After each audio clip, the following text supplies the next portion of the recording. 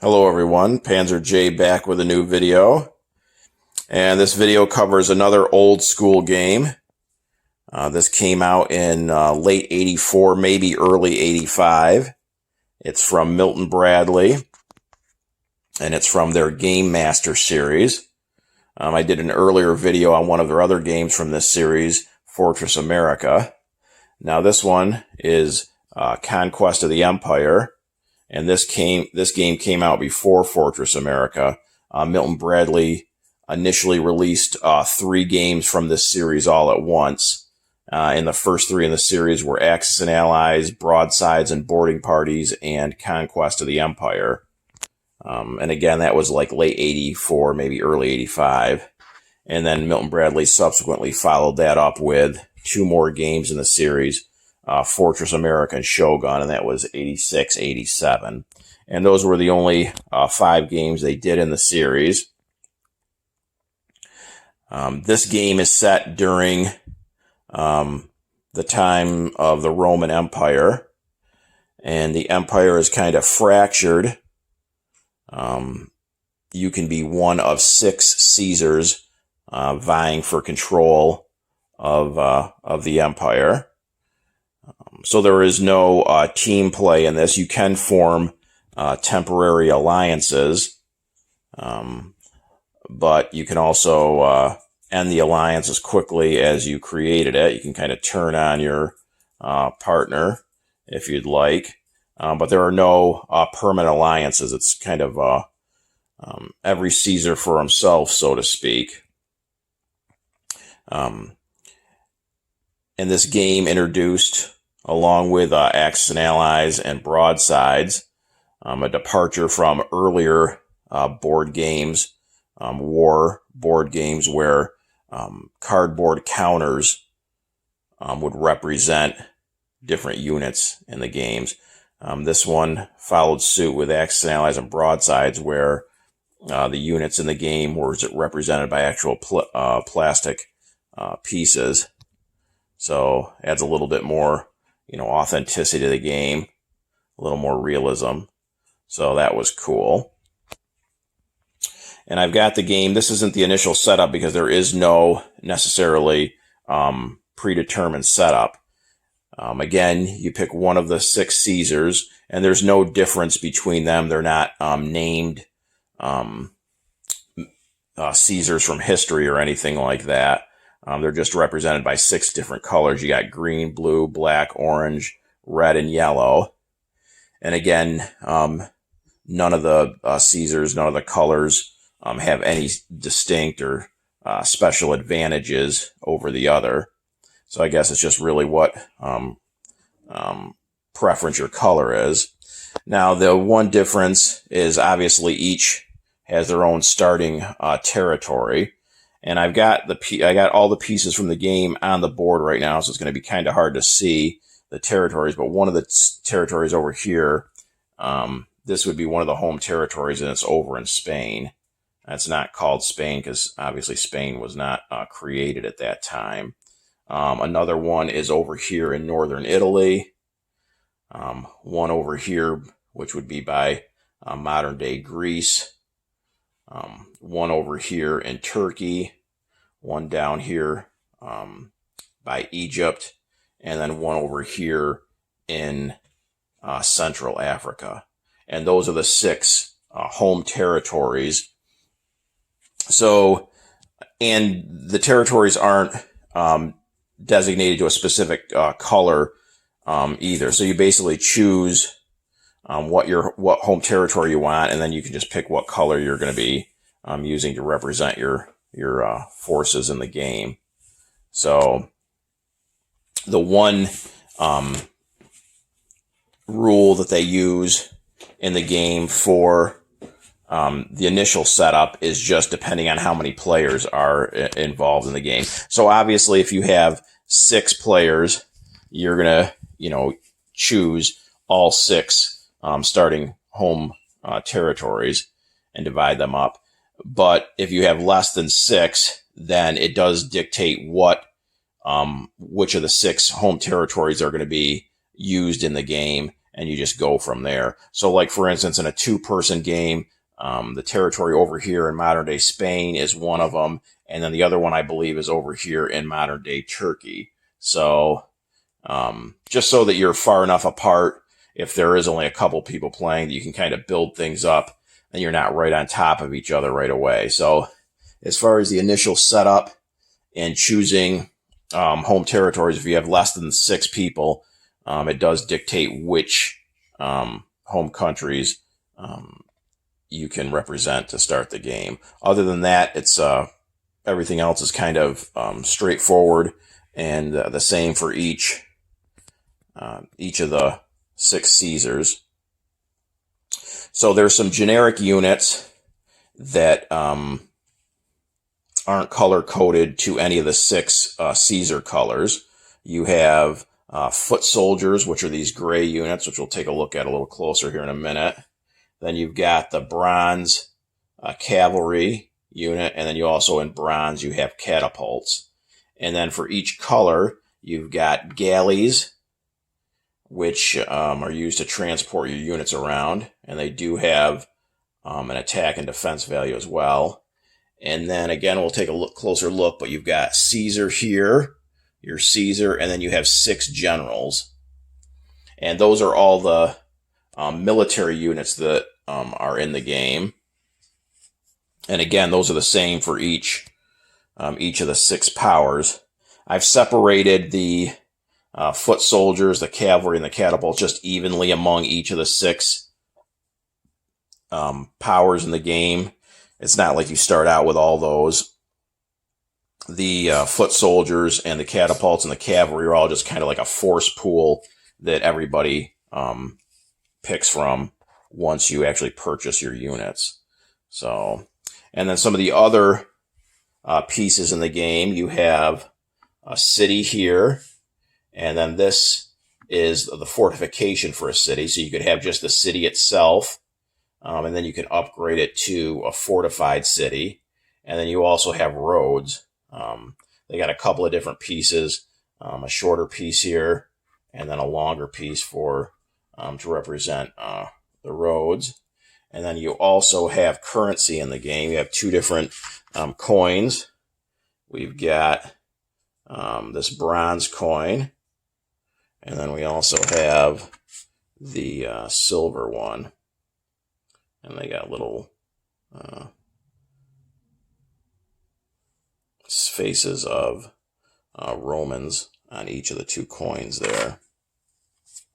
And the coins obviously are the currency in the game, and that is what you use to purchase your units. Now, you only have the 1 Caesar, you only have the 6 generals, and the 6 galleys. So once those are lost, well, the Caesar you lose, you're out of the game, but the rest of them, it's kind of just, that's all you have for those. The foot soldiers, the cavalry, and the catapults, basically, the only thing that limits you as far as what you can purchase of those is just what money you have to spend. So again, the basic concept of the game is you're one of 6 Caesars competing to take over the mantle of leadership for the Roman Empire, and you win the game by capturing and defeating all the other Caesars. Again, one thing that's cool about this, unlike most of the other games that I've done video previews for, is, there's alliances in other games. You have partners, you work together. In this, like I said, you can form a temporary alliance, and it's just, there's no rules necessarily governing it in the game. It's just between players. Hey, this one Caesar is getting extremely powerful. Let's form a temporary alliance to take him down, and then once he's down, we'll go our separate ways and we'll go at each other. So that's kind of how alliances work here. But the game is a free-for-all, so in order to win it, you've got to be the last man standing.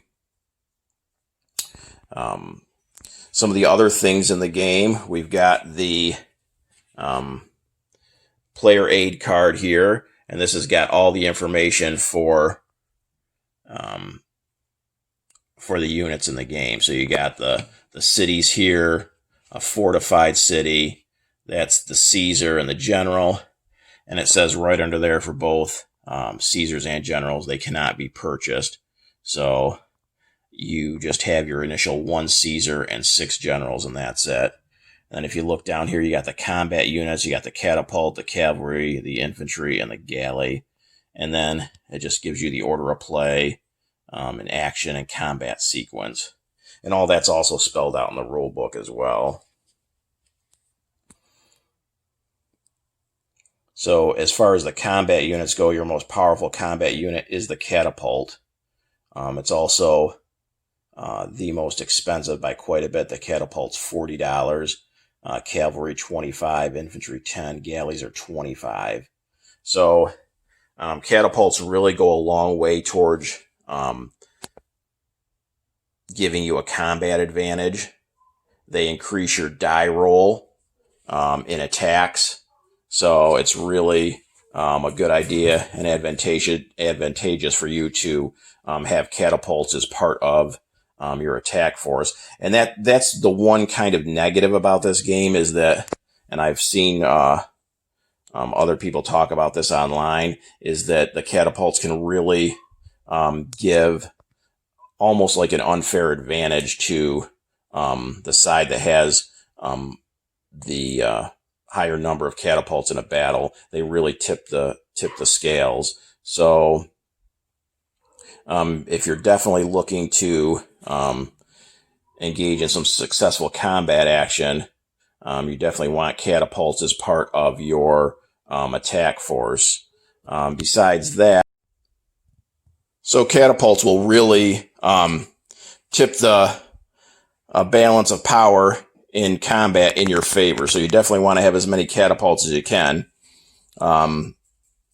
Cavalry obviously has more movement points than infantry. And then infantry is the least powerful and least expensive of the combat units.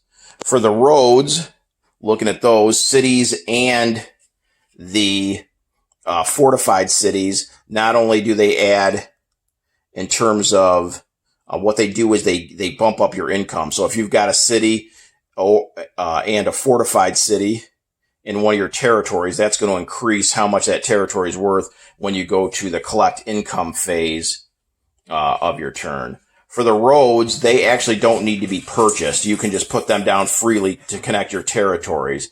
So what you could do is, for instance, if we had the Spanish territory here and owned all the way up to, say, Germania, you could go ahead and just place these roads connecting those territories like that. And let's say that this Caesar had a fortified city in Germania. So you can just place the roads down to increase movement between your territories. And again, those don't cost anything. They can then be destroyed by a Caesar that comes in and takes that territory.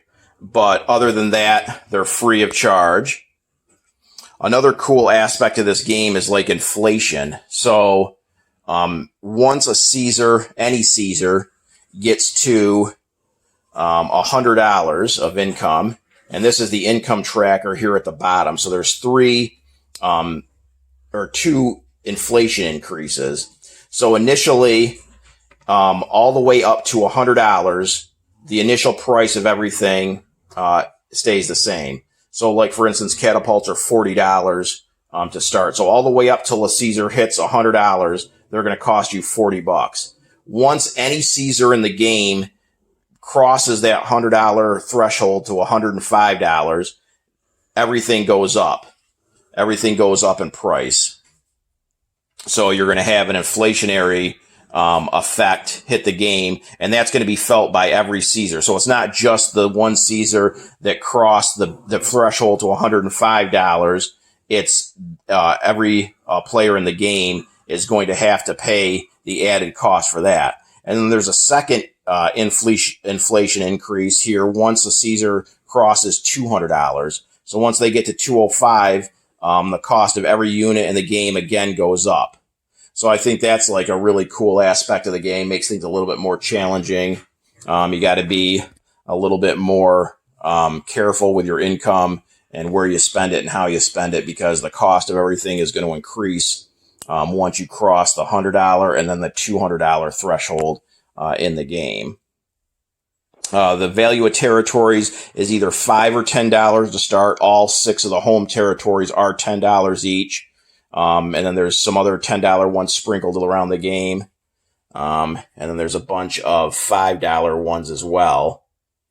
But again, if you add a city or a fortified city to a territory, that's going to increase the value of that territory. So then when you collect your money, you get a little bit of boost there. So that's good.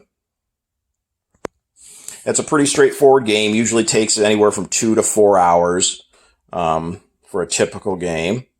If we kind of take a look at some of the pieces here a little bit, this is the Caesar. So this is the yellow Caesar. So holding his hand high in the air. Maybe he's got a proclamation that he's going to read to his to rally the troops. And then we've got the general. And this is, again, the same sculpt for each of the 6 players in the game. None of them are any different. They're just color. The differences in the color, that's all. And then this is the galley, so a pretty cool sculpt for that. And those are the pieces for each of the 6 players. Then we got the sculpts for the generic units in the game, so to speak. You got the foot soldier. You've got the cavalry. And then we finally have the catapult. So those are the different combat units in the game. Now we took a look at the cities and the roads a little bit. And then we already looked at the coins. So those are all the pieces that you're going to use in the game. The box, just like Fortress America and all the games in the series, got a lot of nice artwork on it. So, as you can see here, the Roman Empire under siege. The challenge: lead imperial legions, annex provinces, collect tribute, and conquer the empire. So, and then if we take a look at the back here, again, we got some good artwork showing you all the units in the game. So this down here, this would be a typical scene several turns into the game. So as you can see here, we got a couple of fortified cities down. We've got this blue Caesar here with his units. He's got some infantry and some cavalry. And then we've got the orange player over here with his general and some more infantry and cavalry. So these are all the pieces that would come in the game. And it's unify the Republic and become Emperor Rome when you play this adventure game of conquest and cunning. So change the course of history in a few short hours and become the ultimate ruler of Rome. So that's a quick look at Conquest of the Empire. Just recently reacquired this. I did have it back in the 80s and I had gotten rid of it. And just a couple weeks ago picked this copy back up. So definitely excited to get into this. Maybe change it up a little bit and steer away from some of the World War II games I've been playing lately and dive into some Conquest of the Empire. So if we get a game of that going, we'll come back with a video and show you some results and go over some of the gameplay. That's it for now. Take care, enjoy, and we'll see you next time.